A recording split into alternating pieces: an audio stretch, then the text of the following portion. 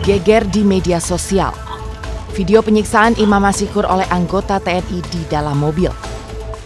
Pria asal Aceh ini diculik sepulang kerja, disekap di dalam mobil, dan disiksa hingga meninggal dunia. Yang membuat heboh netizen karena 1 dari 3 pelaku bertugas sebagai anggota pasukan pengamanan presiden atau Pas Pampres.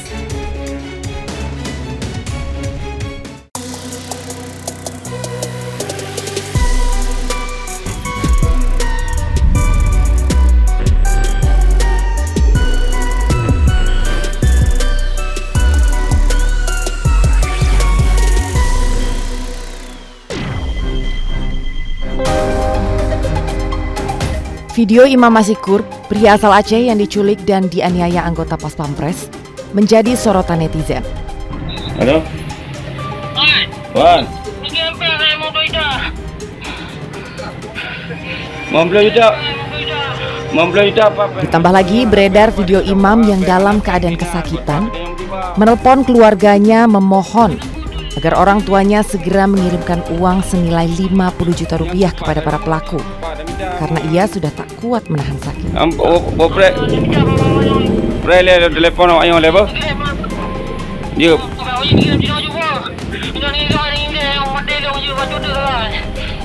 Je. Apa? Pakai menan awak yang je.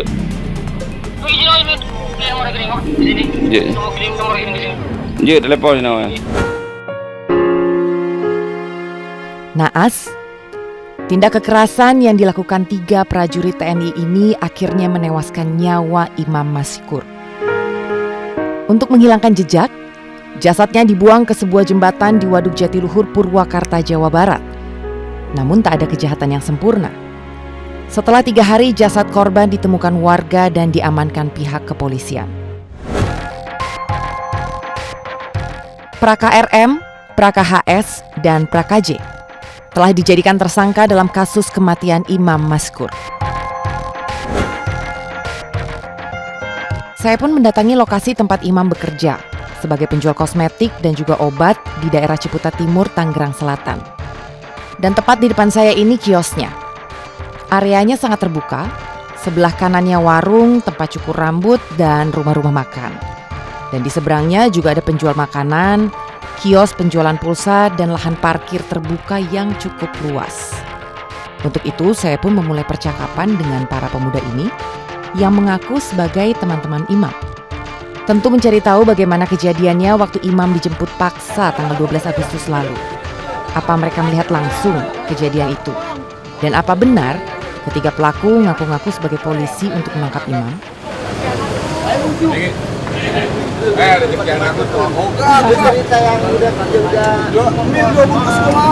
Lo teman-temannya Imam semua? Iya. Semuanya temannya Imam. Udah kenal berapa lama? Baru 3 bulan. Iya. Dan di mana 3 bulan? Apa? Baru 3 bulan di mari. Oh, baru 3 bulan kerja di sini. Lo katanya udah 2 kali diculik. Yang pertama lagi. Yang pertama nggak diculik. Yang pertama katanya diculik dimintain 15 juta. Oh, itu temennya yang satu. Enggak, imamnya. Oh, mungkin dia kali. 1 kali kena 15 juta. Di polsek kok. Polsek kok. Di polsek. Untuk 3 kali. Kalau kan dia punya toko 2. Oh, dia kerjanya di 2 toko. Apa kerjanya tokonya di sini? Sama dia di toko sono, ya kan? Toko putih. Oh. Terus dia pindah kemari. Iya, kenapa sih Mas? Kok takut banget? Takut. Kalau takut nanti dikejar loh. Baru ketahuan ya. Diculiknya soalnya lama dia, seminggu apa 2 minggu gitu. 12 tambah 14, 26. Iya, benar-benar. Make sense sih. Ini udah balik ya. 26, sekarang 29. Ya wajar sih, mati 26, buang 3 hari. Kan mau? Mau aja. Gue sih udah minta rokok. Mas, aku nanya-nanya boleh, tapi rokoknya ditaruh dulu.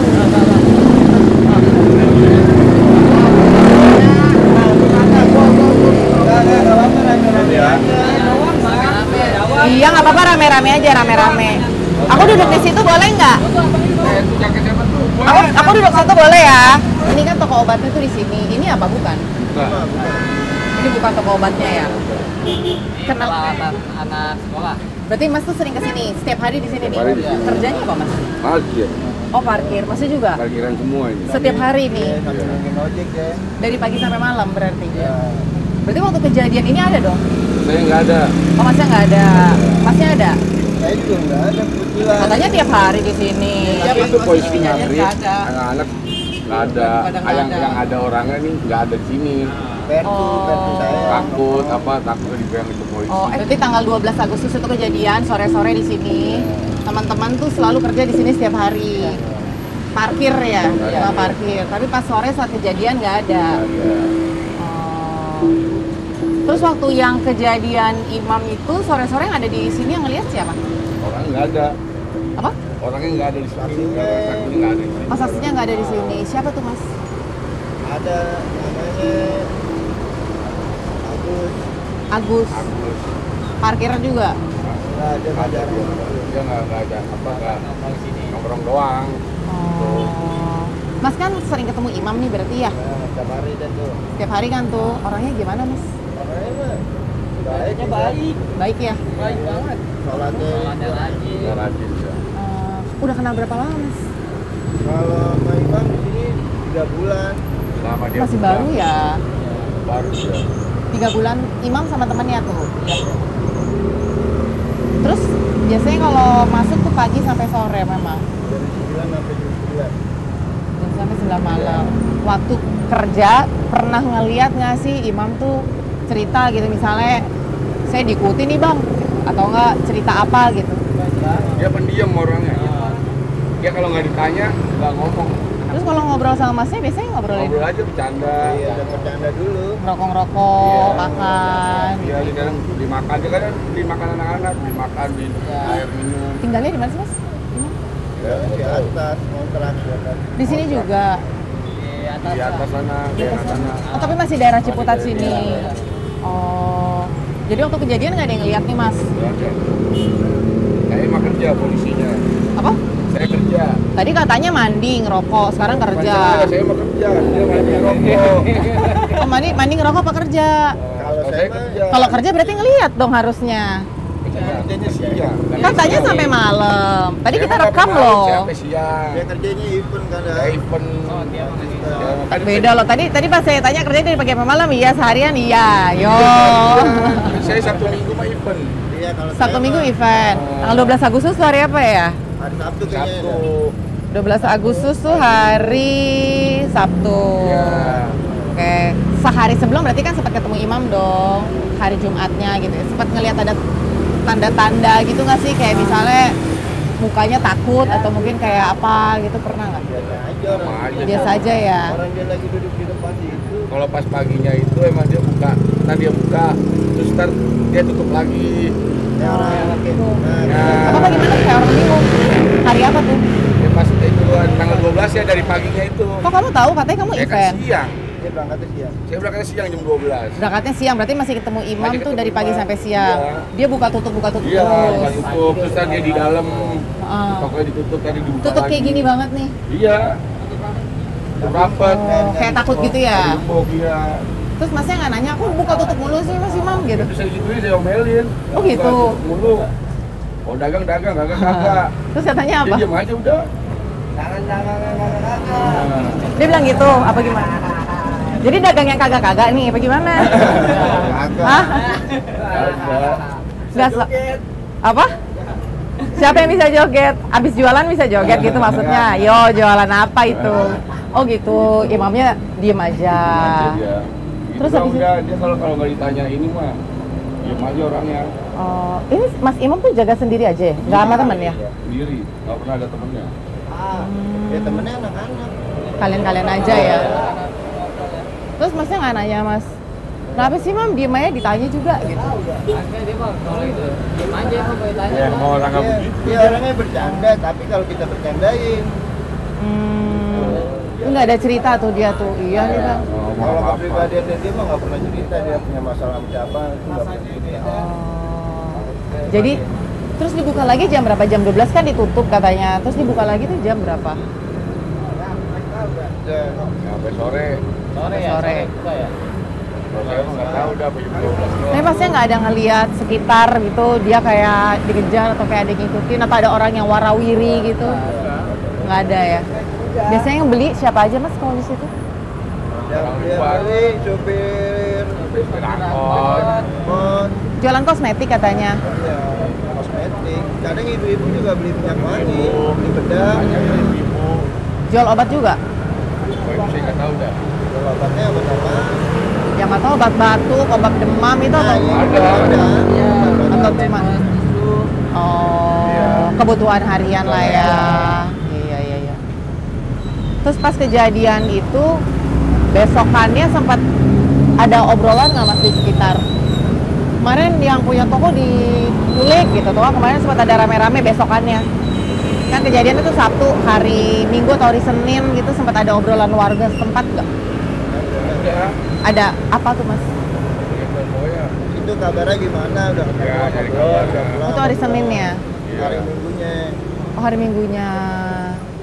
Hari Minggunya ditanyain dokter. Berarti beberapa pada lihat dong ya? Iya, ini pagi juga pada ngeliat di bawahnya. Banyak nggak sih mas katanya? Apanya? Yang Pelakunya? Yang turun 3 orang. turun 3. Ya. Nanti kita coba tanya-tanya deh. Tapi masnya nggak ngelihat ya? Yang lihat pas di bawahnya. Tanya konser itu pak. Pasti ngelihat. Dia ituan dulu. Sebelum tanggal itu nggak sempat ada yang warawiri gitu mas? Ada, biasa aja. Yang nanya-nanyain kalian gitu pernah nggak? Nggak ada. Yang nyari-nyari info gitu dari teman-teman? Iya, Mang. Nggak Nggak ada mungkin lah kalau dia nanya kita pasti laporan ke imam dong. Oh, nggak maksudnya kayak nanya-nanya, mau beli ini di mana ya gitu. Sampai orangnya bisa tahu katanya kan ada jualan apa gitu. Enggak ya? Jadi kalau dari pernyataan teman-teman yang ada di sekitar toko tempat imam berjualan, informasinya memang mereka cukup kenal baik dengan imam. Tapi mereka memang tidak ada di lokasi pada saat kejadian. Karena kejadian itu tanggal 12 Agustus sekitar hari Sabtu sore setengah 6. Rata-rata sih katanya pulang ke rumah atau sholat, bersih-bersih dan lain sebagainya. Dan menurut informasi dari teman-teman di sekitar sini, ketika kejadian memang ada beberapa warga yang melihat bagaimana imam ditangkap oleh para pelaku dan kemudian keesokan harinya warga sempat menanyakan apakah imam sudah kembali pulang atau belum atau sudah ditemukan atau belum. Jadi untuk lebih jelas dan untuk lebih detailnya, saya mau coba untuk menelusuri area sekitar tempat imam bekerja untuk mengetahui apakah memang ada yang melihat pada saat kejadian atau mungkin beberapa hari sebelum kejadian sudah ada tanda-tanda yang mencurigakan.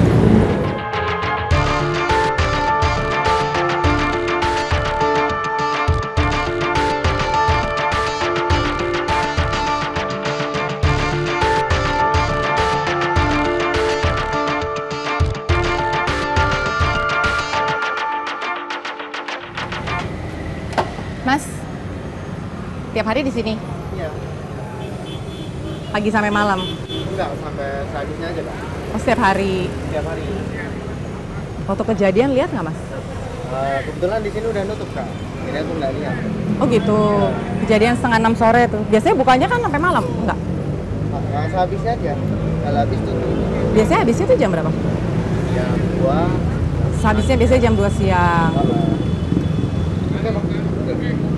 Kalau si Mas Imam suka beli bakmi di sini nggak, Mas? Itu sih sering ya. Sering beli di sini. Terus pas kejadian itu siangnya sempat beli di sini nggak, Mas? Kayaknya enggak deh. Nggak sempet ya? Enggak. Berarti Mas nggak sempat ngelihat pas kejadian itu tuh? Enggak. Oh, nggak ngelihat. Karena aku udah nutup sih. Udah tutup. Jadi nggak mau. Sebelum-sebelumnya juga sempat ngelihat ada yang lewat gitu nggak?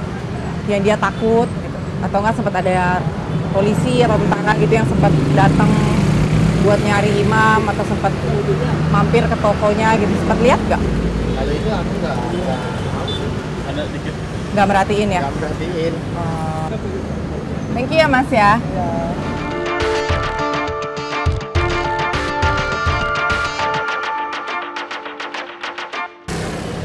Jadi kalau dilihat, ini lokasinya di sebelah kiri saya atau tepat di belakang saya ini adalah toko tempat imam bekerja. Dan di seberangnya ini ada gerobak makanan.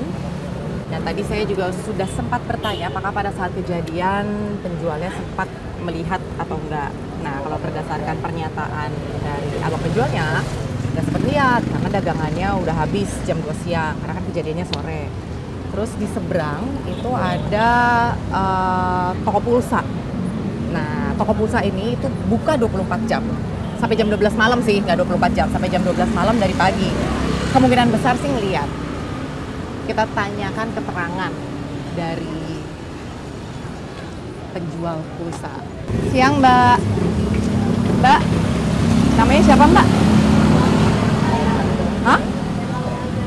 Oh, Mbaknya ngeliat. Saya juga sempat ngerekam juga saya hapus. Kenapa? Nggak tahu, buat saya nggak penting. Tapi buat saya penting, Mbak. Buat ibunya sih penting. Jadi waktu kejadian itu benar sore, Mbak? Sore hari Sabtu jam 5 lebih. Jam 5 sorean. Banyak. Posisi saya juga lagi kayak gini kan, saya banyak duduk karena kan Iya. paling ngeliat begini aja, cuma ngeliatnya pas posisi yang dia teriak rampok itu. Oh, dia teriak rampok Dia teriak rampok, terus sebagian orang parkir kayaknya ada yang dia nolong lah, namanya dia teriak rampok ya. Nggak taunya sempat ngelak. Saya beradu mulut lah, dia bilang gue bukan rampok, gue polisi, gue bos tugas. Oh, gitu? Iya, dia sempat nunjukin map. Kan warga sini kan cuma lihat dulu. Akhirnya Nggak mundur. berani, karena kan kira polisi kan. Banyak tuh, Mbak, yang datang. Yang cuma 3 orang. Yang kesini cuma 3 orang, cuman posisi mobilnya sana saya juga nggak tahu mobilnya apa. Karena saya nggak terlalu kepo, soalnya saya tinggal di kota. Iya. Saya cuma sempat di situ juga. Jadi masih Saya sempat ngeliat dia juga di iniin. Saya juga tahu pakaiannya yang dia pakai hari itu pakai baju apa, Mbak? merah bata. Oke. Merah bata sama celana Pendek. sedengkul krem. Yang seperti yang ada di TikTok. Video itu lah aja, ya. di video yang dia lagi digebukin itu. Jadi pas dia lagi dijemput sama orang-orang itu dia lari-lari. Kenapa? Dia lari-lari apa gimana, Mbak? Nah, dia posisinya nanti sih lagi sholat. Oh. Nah, maksudnya dijemputnya ke tokonya atau pas dia mau pulang? Tokonya. Oh, pas dijemput lagi lagi di tokonya. Terus dia teriak rampok itu pas dia udah ditangkap atau dia mau kabur? Enggak, jadi gini kan. Katanya sih dia lagi sholat. Terus orang itu langsung nyelonong masuk. Tiga-tiganya? Enggak, satu orang. Satu orang. Dia bermasker yang satu. Pakai masker. Jadi dia mau terus dia sempat teriak rampok gitu. Nah, terus ada di situ yang namanya Bangsa kan. Sempat meeting orang itu, cuman dia nggak terima mungkin karena dia petugas kan. Kita kan tahunya ini petugas kan, saya polisi. Terus dilepas. Dilepas sempat adu mulut. Tapi kejadiannya begitu cepat sih. Terus saya lihat cuma dia lagi dibawa begini sama salah satu Pelaku orang, ya? yang agak tinggi orang itu. Ya, cuman yang ada saksi juga ngelihat dia udah sempat digebukin juga di dalam mobil. Oh ya? Udah sempat teriak-teriak sampai nyebut Allahu Akbar. Udah sempat digebukin. Itu satu mobil semuanya, berarti ada satu mobil doang yang datang atau berapa mobil, Mbak, yang Mbak lihat? Satu mobil. Cuman katanya sih ada 5 orang, cuma yang keluar cuma 3 orang. Yang keluar itu cuma 3 orang. Mungkin satu nyetir. Kalau yang kejadian pertama sih waktu yang pertama saya nggak mau lihat kejadian, cuman cuma dengar kan dia sebutannya tukang obat gitu. Kenapa? Sebutannya tukang obat di hidup gitu. Tapi besoknya dia udah jualan lagi. Oh. Ya seperti yang di berita-berita itu aja yang di kita dia bisa 13 juta itu kan. 15 berarti kan bukannya aparat kepolisian ya. Itu di sini juga, Mbak? Di sini juga. Cuman dia parkirnya di depan tukang cukur. Tukang cukur. Oh. 3 Kejadian. orang juga. 3 orang juga. Yang hidup dia. Berarti Tapi pelaku besoknya udah balik. Nah, selang waktu 2 minggu kejadian kemarin itu. Oh, jadi selangnya itu cuma 2 minggu. 2 minggu. Terus langsung Berarti dia langsung dibawa ke mobil, terus ada yang ngeliat katanya dia teriak. dia teriak udah digebukin lah itu. Mbak ingat mobilnya apa nggak? Nggak ngeliat saya kan, makanya saya bilang saya nggak terlalu kepo. Saya cuman ngeliat gitu doang udah, karena saya kan ninggalin counter kan. Jadi waktu itu yang pengen nolongin ya teman-temannya yang Sebenarnya abang-abang parkir. semua mungkin mau menolongin, cuman karena berhubung dia bilang Polisi, saya bawa surat polisi, tugas. bawa surat tugas,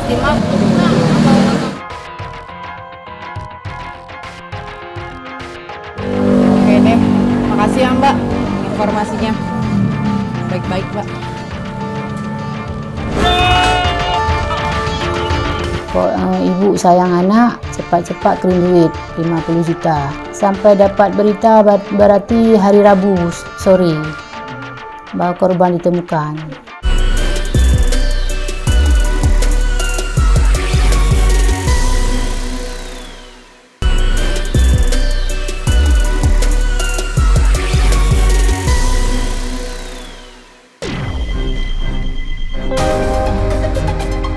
Penculikan terhadap Imam Masikur sudah 2 kali terjadi. Dan bahkan informasi di lapangan, Imam bukan satu-satunya korban. Sebelumnya juga ada yang mengalami hal serupa. Hanya saja korban yang bersangkutan sudah tak lagi tinggal di Jakarta. Di balik kematian Imam Masikur muncul rumor bahwa kios tempatnya berdagang kosmetik juga tempatnya menjual obat-obatan terlarang. Aktivitas ilegal ini menjadi alasan para oknum TNI untuk menangkap dan melakukan pemerasan kepada korban. Apakah ketua RT setempat mengetahui perihal transaksi jual beli obat-obatan ilegal ini? Kemudian apakah sebelumnya pernah ada pihak kepolisian yang sempat melakukan penggerebekan atau berkoordinasi dengan dirinya perihal hal ini? Kita sekarang mau nyari rumah Pak RT untuk diminta keterangan. Ya ampun, hampir jatuh. Loh, dari sini nggak bisa? Ada cuci mobil tuh, ke kiri. Oke, makasih Pak. Ada gang tuh. Ini lurus saja ke sana ya Pak? Ya, ada cuci mobil kan? Oh. Ada gang ke kiri. Gang pertama ke kiri? Ya, gang di samping cuci mobil tuh. Cuci mobil, gang masuk kiri. Oke, makasih ya Pak. Ayo.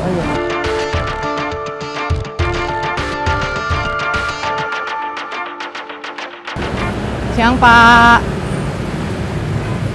Mau ke rumah Pak RT di mana ya Pak? Tahu nggak?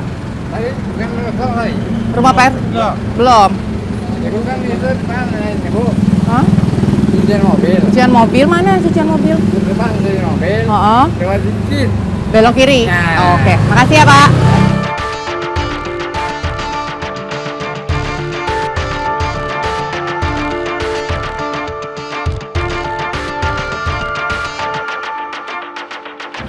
Halo. Mau ke rumah Pak RT lewat mana ya? Iya. Sini. Oh. Oh, baik ya dianterin.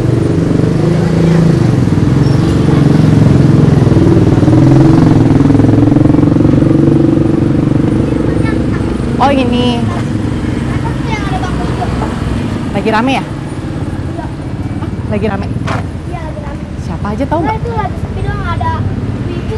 Oh. Makasih ya. Siapa namanya? Afla. Afla? Dafa, Pak. Dafa. Makasih Afla, Dafa. Selamat sore.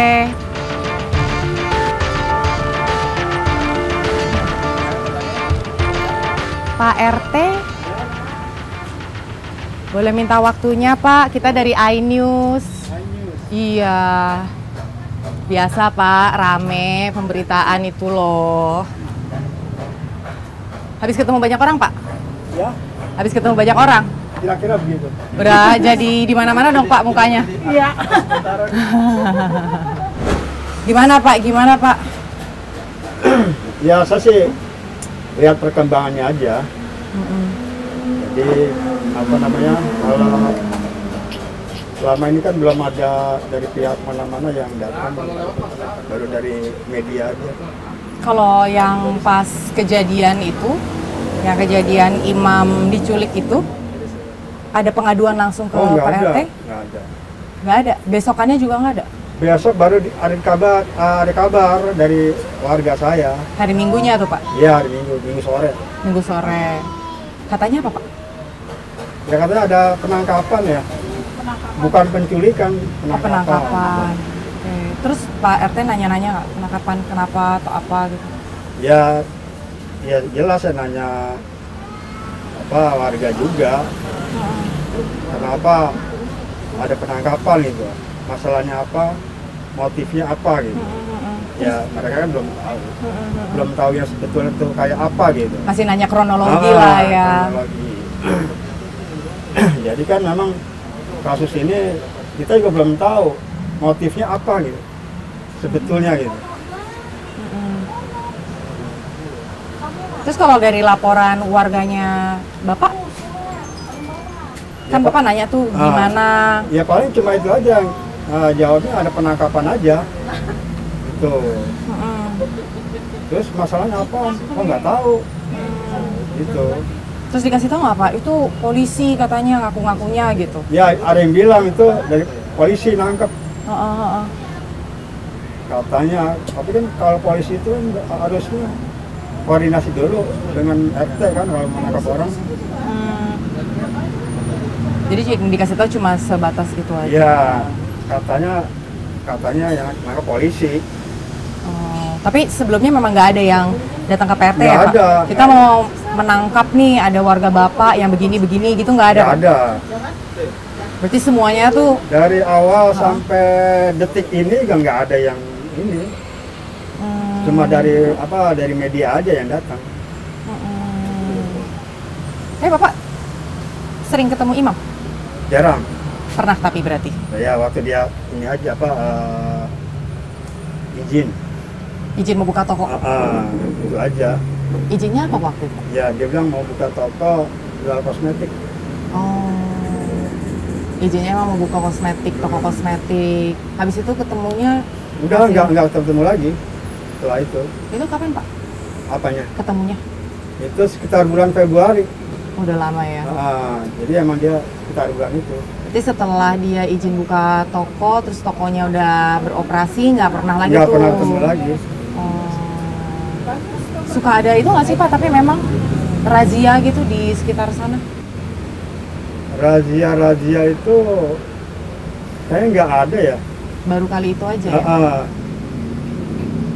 Soalnya informasinya si imam itu 2 minggu sebelum kejadian itu ditangkap juga gitu. Itu Pak RT ada dengar nggak? Ya itu sekalian satu paket. Oh waktu pas dikasih tahu itu ya? Jadi sekalian dikasih tahu yang lalu sebelumnya. Dan waktu pertama kali dia ditangkap itu memang juga belum ada yang laporan ke Pak RT ya? Semuanya dilaporinnya kemarin itu? Iya. Yang hari Minggu itu ya? Hari Minggu itu aja. Iya. Oke. Berarti dari Pak RT nggak pernah komunikasi sama imam kecuali waktu dia mau buka toko? Ya, toko? cuma pertama itu aja dia mau buka kios. Atau ada yang pernah laporan ke Pak RT nggak? Pak itu kayaknya ada jualan obat terlarang, kan katanya jualan obat terlarang itu pernah ada yang nyampe ke Pak RT nggak? Cuma selentingan aja ya, tapi saya juga nggak tahu karena belum ada buktinya dia jual obat apa gitu. Oke deh kalau gitu. Terus berarti sekarang kalau gitu dari Pak RT langkahnya apa nih Pak ya? Nunggu aja? Nunggu yang berikutnya. Yang berikutnya apa nih Pak? Ditangkap atau apa? Gimana perkembangan kasus ini gitu. Gitu. Terima kasih atas kehadirannya. Terima kasih Pak RT, selamat beristirahat. Terima kasih ya Ibu. Sukses acara UMKM-nya. Terima kasih. Afla Dava. Hafal. Cepat saya. Sore Ibu. Atas kasus penganiayaan berat yang menewaskan putranya, Fauziah, ibu kandung Imam Masikur, menceritakan ancaman yang ia terima dari para pelaku. Yaitu tepat tanggal 12 Agustus, anggota Pas Pampres menelponnya berkali-kali untuk mengatakan bahwa anaknya sudah ditangkap dan minta uang tebusan 50 juta rupiah secepatnya. Atau putranya akan dibunuh dan dibuang ke sungai. Redaksi kami sempat mendapatkan pernyataan dari Fauziah, ibu kandung dari almarhum Imam Maskur. Pak dia nelpon pertama ke adik dia habis maghrib, minta dia udah ditangkap, minta tebusan 50 juta. Disuruh kirim duit cepat-cepat, dia udah dipukul keras kayak gitu. Jam 8 adalah. Ya. Kemudian ditelepon lagi. Habis itu kirim video dulu, habis telepon kirim video. Habis itu dia yang kirim, tapi melalui nomor si korban. Habis itu berselang berapa menit kemudian nelpon ibu. Bilang yang sama, yang ngomong anak ibu. Mak, cepat-cepat kirim duit, saya ditangkap. Minta uang 50 juta. Nggak tahan lagi, ini sakit kali dipukul kayak itu bilang. Habis tu saya bilang mau cari kemana duit, pinjam-pinjam lah sama siapa-siapa lah udah. Habis tu nggak lama lagi nelpon kayak gitu juga, ngomong sampai 3 kali nelpon. Habis tu nelpon yang terakhir jam 9.42. Tersangka itu yang angkat. Kok ibu sayang anak, cepat-cepat kirim duit 50 juta. Saya bilang jangan pukul lagi anak saya usahakan kirim duit malam ini, tapi saya nggak ada duit. Saya cari dulu duit, sebab kami orang miskin, jangan kali 50 juta, 1.000 pun nggak ada duit. Kok ibu sayang anak, cepat-cepat kirim, kok nggak anak ibu saya bunuh, saya buang ke sungai, dia bilang kayak gitu. Nggak ada kabar lagi, dari jam 10 udah nggak ada kabar lagi. Yang terakhir ibu nelpon, yang angkat dia. Jadi setelah ibu sana gimana? Cari-carilah, duduk-duduklah di situ nunggu berita. Sampai dapat berita berarti hari Rabu sore bahwa korban ditemukan. Sementara itu, Kepala Dinas Penerangan TNI Angkatan Darat atau Kadispenat, Brigjen Hamim Tohari, menjelaskan motif penculikan dan penganiayaan berat yang menyebabkan tewasnya Imam Maskur saat konferensi pers di Pondam Jaya. Jadi perlu saya sampaikan bahwa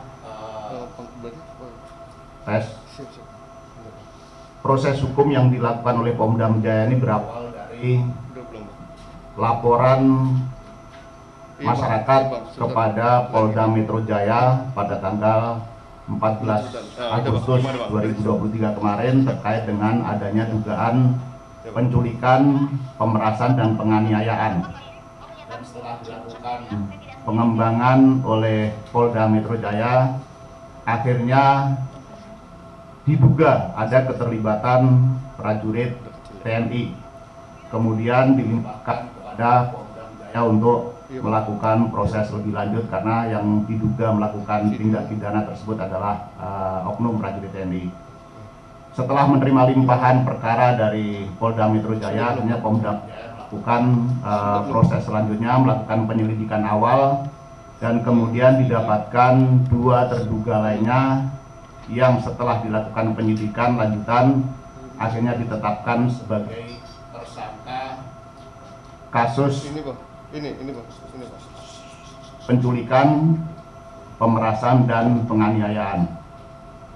Hari ini penyidik Pondam Jaya terus bekerja untuk mengungkap kasus ini secara tuntas, mengumpulkan keterangan para saksi dan mengumpulkan alat bukti. Dan karena ini sudah menjadi perhatian masyarakat, Puspomad juga menurunkan tim untuk mensupervisi, membantu sekaligus ikut melakukan proses hukum, dan juga dikonsultasikan dengan pejabat dari Otmil, dari auditor militer, sehingga ini dipastikan bahwa proses hukum yang dilakukan oleh Pondam Jaya terhadap kasus penganiayaan atau penculikan, penganiayaan, dan pemerasan ini akan dilakukan secara benar, transparan, dan akan disampaikan kepada publik nantinya. Pimpinan TNI, dalam hal ini Bapak Panglima TNI, termasuk juga pimpinan Angkatan Darat Bapak Kasat, telah memberikan perhatian penuh terhadap penyelesaian ataupun proses hukum dari kasus ini. Dan pimpinan juga Bapak Kasat telah memerintahkan polisi militer untuk mengungkap tuntas kasus ini dan memberikan jeratan pidana seberat-beratnya sesuai dengan peran dari masing-masing tersangka nantinya. Ini tentu masih memerlukan proses penyidikannya, akan berlanjut hingga nanti pemberkasan dan akhirnya akan masuk ke proses peradilan. Kami berharap bahwa dengan penjelasan ini masyarakat yakin bahwa kita institusi TNI menjamin tidak ada impunitas apabila ada prajurit yang melakukan pelanggaran pidana. Bahkan mungkin akan bisa dijatuhi hukuman lebih berat karena ada penerapan pasal-pasal pidana umum maupun pasal-pasal pidana militer terhadap tersangka nanti sesuai dengan hasil penyidikan yang terus dilakukan oleh Pondam Jaya. Saya rasa itu inti daripada proses hukum yang sedang dan terus akan dilakukan terhadap kasus penculikan, pemerasan dan penganiayaan yang dilakukan oleh 3 orang oknum dari prajurit TNI. Dan perlu saya sampaikan juga selain dari 3 oknum tersebut ada juga tersangka dari sipil, warga sipil yang sekarang sudah dalam proses ditahan di Polda Metro Jaya. Sekali lagi Pak ya, ini sebesar lagi bahwa proses penyidikan masih berlangsung. Kita masih terus mengumpulkan keterangan dari saksi-saksi dan alat bukti yang memang masih perlu dilengkapi juga untuk mengungkap secara tuntas. Yang saya sampaikan tadi, apakah ada latar belakang yang lain, apakah terkait dengan obat-obatan atau hanya sekedar penculikan di latar belakang oleh ekonomi dan sebagainya, ini masih terus diungkap oleh penyidik. Sehingga kita mungkin opini yang berkembang di media bermacam-macam, tetapi kita proses hukum tidak bisa didasarkan atas opini dari pendapat-pendapat yang beredar di media. Kita masih akan terus melakukan pengumpulan data dan fakta untuk mengungkap yang sebenarnya terjadi di lapangan. Begitu. Saksi yang sudah kami periksa sejumlah 8 orang, baik dari pihak keluarga, pihak korban yang pada saat kejadian pertama itu menolong korban untuk supaya tidak diculik. Jadi mereka ini datang kemudian berusaha mengambil korban, tapi sebelumnya warga sekitar toko itu coba memberikan perlawanan. Nah, itu ada 3 orang yang kita periksa, keluarganya, kemudian saksi-saksi lain yang dalam proses penculikan dan pemerasan ini menjadi korban. Ada 1 juga korban yang diculik. Sebenarnya yang diculik itu 2 orang, tapi yang 1 dilepas di sekitar tol Cikeas, atau ya di sekitar tol Cikeas itu dia dilepas karena mendapati korban ini sudah kondisinya agak nafasnya sudah susah. Nah, karena ketakutannya kira korban yang 1 dilepas. Nah, itu juga kita periksa sebagai saksi. Saya rasa pembunuhan terhadap warga Aceh ini, Imam, itu satu bentuk pembunuhan yang keji, kejam, dan tidak manusiawi ya.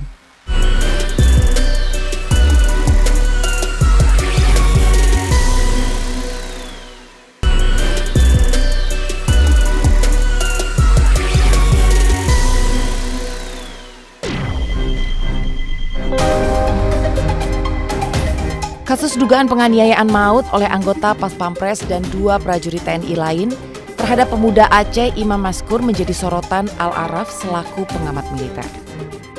Ia menyayangkan para prajurit TNI yang berfungsi menjaga ketahanan negara dan memberikan rasa aman bagi warga negara Indonesia malah justru menjadi ancaman. Saya rasa pembunuhan terhadap warga Aceh ini, Imam, itu satu bentuk pembunuhan yang keji, kejam, dan tidak manusiawi ya. Pembunuhan itu dilakukan mulai dari proses menculik, menyiksa, dan kemudian membunuhnya. Ini satu tindak kejahatan yang tentu begitu keji gitu ya, dan kejam, dan terjadi di era sekarang. Nah, terlebih lagi pembunuhan ini dilakukan oleh aparatus negara yang seharusnya melindungi warga negara, tapi justru menjadi ancaman buat warga negara dan terlibat dalam kejahatan seperti menculik, membunuh, dan menyiksa itu. Nah, ini sebuah ironi, ini sebuah tragedi yang tentu tugas negara adalah mengungkap secara tuntas peristiwa ini secara terang benderang. Tidak boleh ada yang ditutupi, tidak boleh ada yang dirahasiakan, dan sepenuhnya yang paling penting dilakukan adalah memastikan keadilan buat korban dan keluarga korban dipenuhi. Nah, oleh karena itu, upaya memastikan proses hukum untuk terciptanya keadilan bagi korban adalah hal yang penting.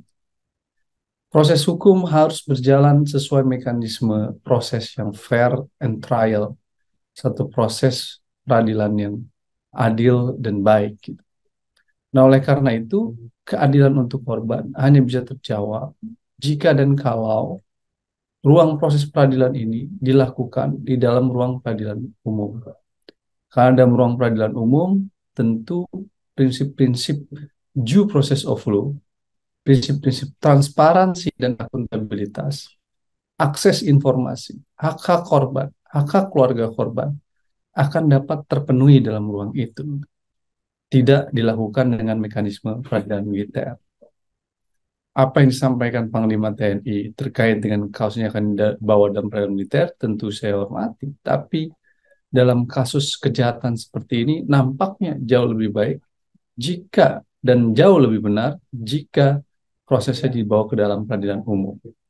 Presiden bisa memerintahkan kepada Panglima TNI untuk membawa kasus ini ke dalam ruang peradilan umum dengan dasar bahwa proses hukum harus berjalan dengan adil dan baik, dan kejahatan ini adalah kejahatan tindak pidana umum, sehingga diadili di dalam peradilan umum. Itu Mbak. Nah, yang kedua adalah ruang mekanisme peradilan umum ini sesungguhnya adalah ruang yang sangat mungkin dilakukan karena Undang-Undang TNI Nomor 34 2004 itu menegaskan kalau TNI terlibat dalam tindak pidana umum, maka diadili dalam peradilan umum. Tapi kalau TNI terlibat dalam tindak pidana militer, diadili dalam peradilan militer. Oleh karena itu, kejahatan penculikan, pembunuhan, dan penyiksaan adalah bagian dari kejahatan pidana umum. Sehingga sesuai dengan pasal 65 Undang-Undang TNI, sepatutnya dan seharusnya diadili dalam ruang peradilan umum, tidak diadili dalam ruang peradilan militer gitu.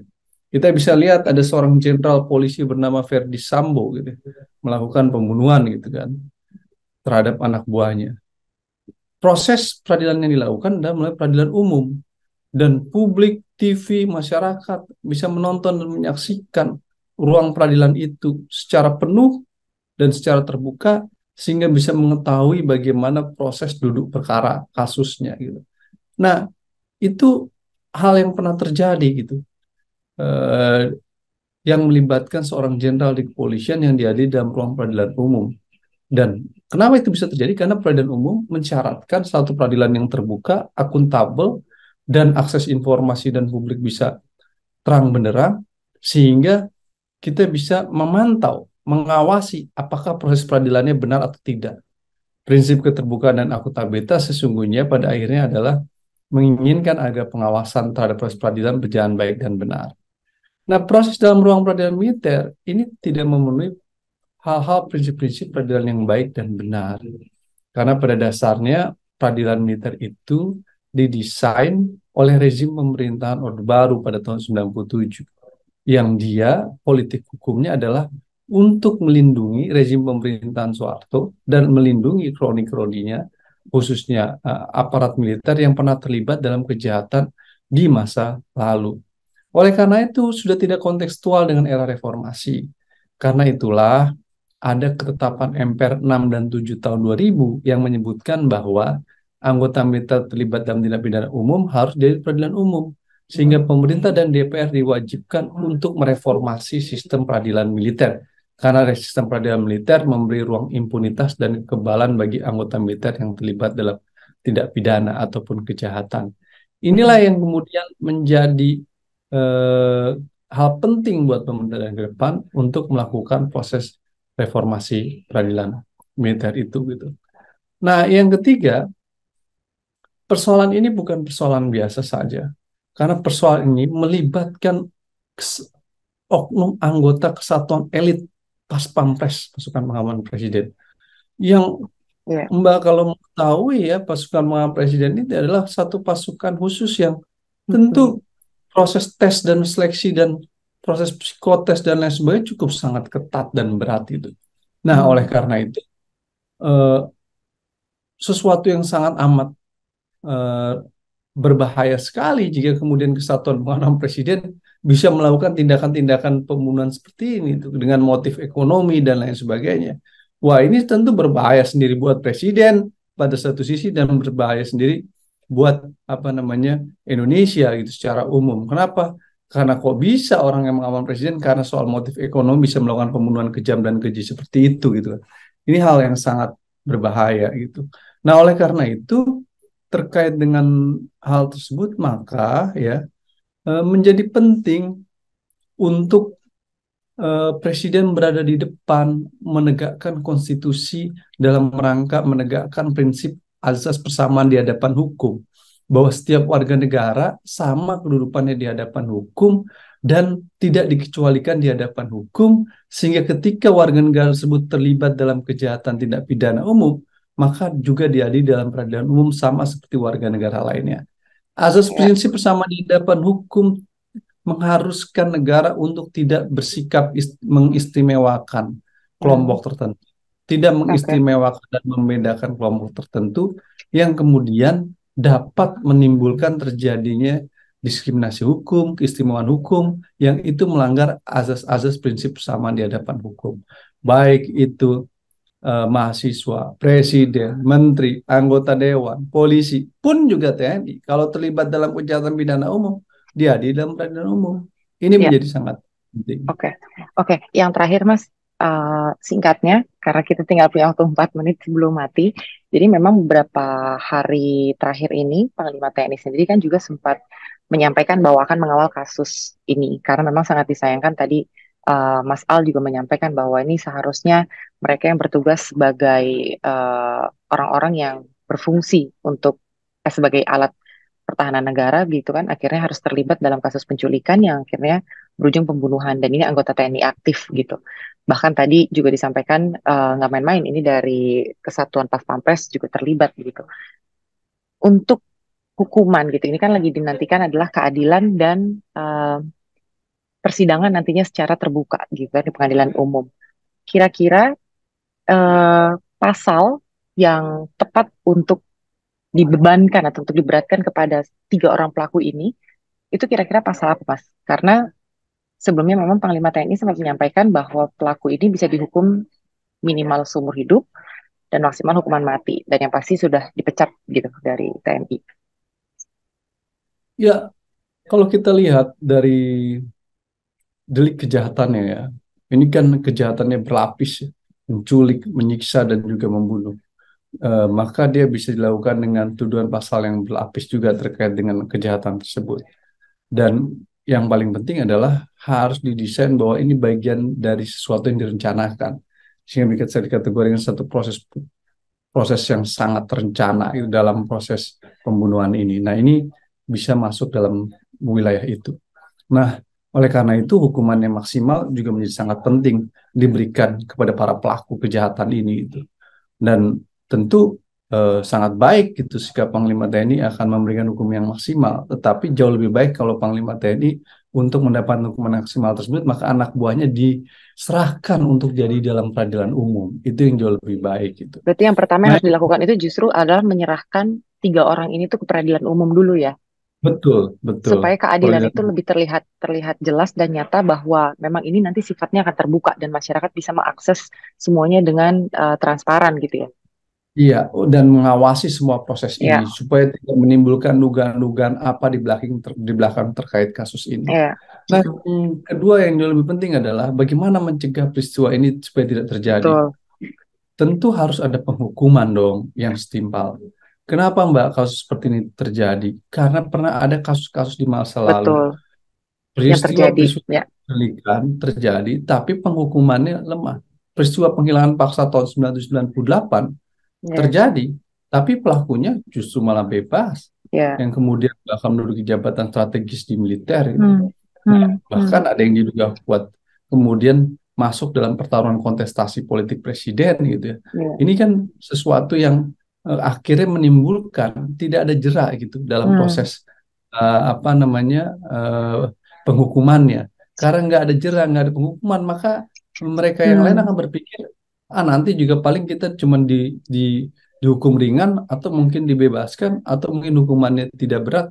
Itu akan menimbulkan persepsi itu sehingga mereka mengulangi kejahatan yang sama. Oleh karena itu soal ini terjadi karena peristiwa-peristiwa sebelumnya mulai tahun 1998 tentang penculikan itu seringkali mendapatkan impunitas dalam pengadilan militer. Akhirnya terjadi lagi di masa sekarang. Berarti proses penegakan hukum secara internal ini yang harus lebih diketatkan mungkin gitu ya, lebih pertegas ya proses penegakan hukum internal di tubuh TNI.